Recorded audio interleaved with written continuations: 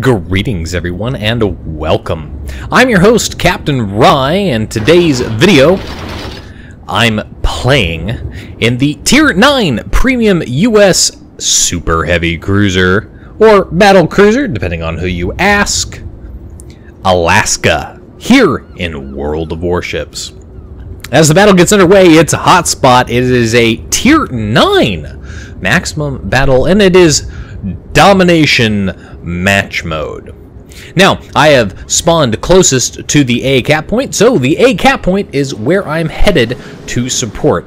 I'm not alone. I've got a Nelson back behind me. There's also a Neptune back over here as well, and a friendly destroyer. Now, granted, it's a German destroyer, but it is a German destroyer that does come equipped with hydroacoustic search. And while the hydro is absolutely terrible at detecting enemy ships, it is very good at spotting those pesky enemy torpedoes.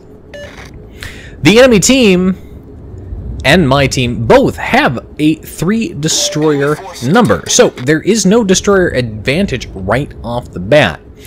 Now, right off the bat, of course, though, they do have a little bit of a radar advantage here in the fact that they have a Belfast, and there is the DM. The Belfast is broadsiding to me this early in the game. That is a questionable decision.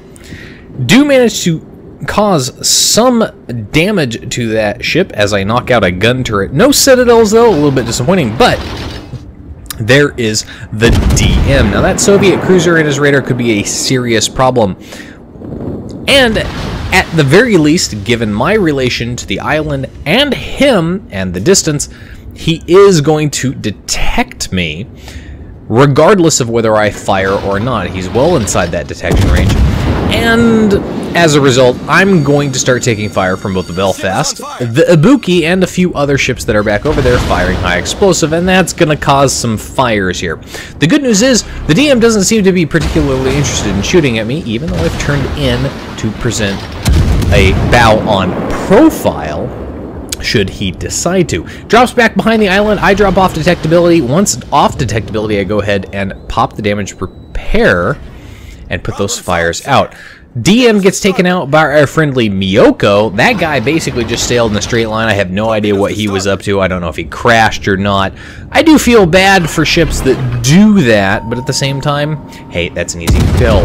Pop my radar consumable. I am close enough. I spot the enemy Belfast. Also spot the enemy Akatsuki, and the enemy Ibuki pops up briefly here. A couple of broadside on cruisers, and if you're aware of what the Alaska is capable of, you'll know that if you're a cruiser broadside onto this ship, you are going to have a very bad time. As the Belfast tries to make his escape back behind that island, managed to get a citadel. There's my first kill of the game, and along with that and the other 2 cruiser kills, including the first blood achieved by our Miyoko, managing to take the lead here. We've managed to kill one of the enemy destroyers. That's going to give us a little bit of a destroyer advantage there. Speaking of destroyers being bros, our friendly Moss has laid a smokescreen for our Neptune. Now, you might be thinking, but it's a Neptune. He has his own smokescreen. That Neptune is a radar Neptune, and we will see that in very short order as he will use his radar soon enough. In the meantime, I'm going to go ahead and fire off armor-piercing rounds at this Nelson. Now, it is a battleship. He is angled, but he is a Tier 7 battleship, and he's a British battleship, so his armor not as good as it could be. And as we can see here, 10,000 damage done, 4 penetrations with these 12-inch guns. You might be thinking to yourself, well, hang on, wait a second, 12-inch guns shouldn't be able to do that, but that's not true. These have the same penetration as the 14-inch guns down at Tier 6. So, fighting a Nelson who's trying to angle, but giving a good chunk of broadside, is going to result in about the same kind of damage capabilities. In the meantime, as I continue to fire off armor piercing, the smokescreen from the Moss is dissipating the Neptune using his radar. Doesn't have his smokescreen of his own, so he is exposed as he fires off rounds here. But look at this. Neptune is reversing. He takes a big hit from the Nelson there. Obvious Citadels causes him a lot of damage. But luckily for him, there's an Alaska in the way to present a nice armored broadside. So at the very least, he can't take another Citadel. Now, I stopped firing briefly at the Ibuki and started turning my guns away, but then the Ibuki survives the 2 torpedo hits. So fire off at him, secure the kill for my second kill in the game. In the meantime, I push forward here. Now, there is that Atkazuki to pay attention to. The enemy team has lost even more ships. We do have an absolute advantage. We're dominating at this point. And there is the Atkazuki. Switch over to the high explosive from the armor piercing rather than the fire them. You'll notice that I have a shorter reload time. That's from captain skills. But I also have the captain skill to switch the load quickly. Akazuki, like the Fubuki, has got a good number of torpedoes available to it, so he does manage to get 3 shots off, though 2 of them completely miss and only 1 hits there. Pop my radar, he pops the smoke screen. That's not going to do him any good here as I start firing off my shots. 17-second reload here with the radar consumable that I have and the module that extends the time that radar consumable is available means that I can get shots off. In the meantime, the friendly Neptune decides he's going to come around the corner, run right into me, and grind what little health he has off on me. Luckily for me, I didn't get the kill notification because the friendly, or I should say the enemy Nelson, friendly in my case, manages to kill him for me. In the meantime, I'm going to push forward here because I'm not in a very good position. There's an enemy Gneisenau, if you look at the mini-map, who's pushing around from the side there into the A cap point, and I need to keep the island between him and I, partly because he has torpedoes and partly because his guns are 15 inches and they can punch right through my nice big fat fleshy broadside. Pop my defensive fire consumable to shoot down his spotter so that he can't spot me anymore, and so that's going to keep me safe. In the meantime, I'm pushing through the smoke screen here. The Atkazuki keeps firing, and that is a good thing for me because I can see the tracers. I know roughly where he is at. So I'm all ready to go. When I pop through the smoke screen, I wasn't necessarily expecting that. He's already fired off torpedoes. Luckily for me, those completely miss, and I destroy him. In the meantime, switch back to the armor piercing. I now have a broadside Nelson at what is effectively point-blank range.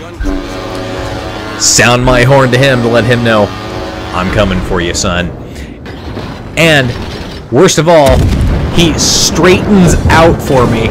So there's a 4 Citadel right into the number 3 gun turret, and my 4th kill of the game. There are not many enemy ships left. The Gneisenau is no health left. He gets taken out by the Mass's torpedoes, so there are only 2 enemy ships left. At this point, the enemy team is only holding 1 cap. Realistically, there's nothing they can do. But both of their Nelson and their Alaska have a good amount of health, more than I do.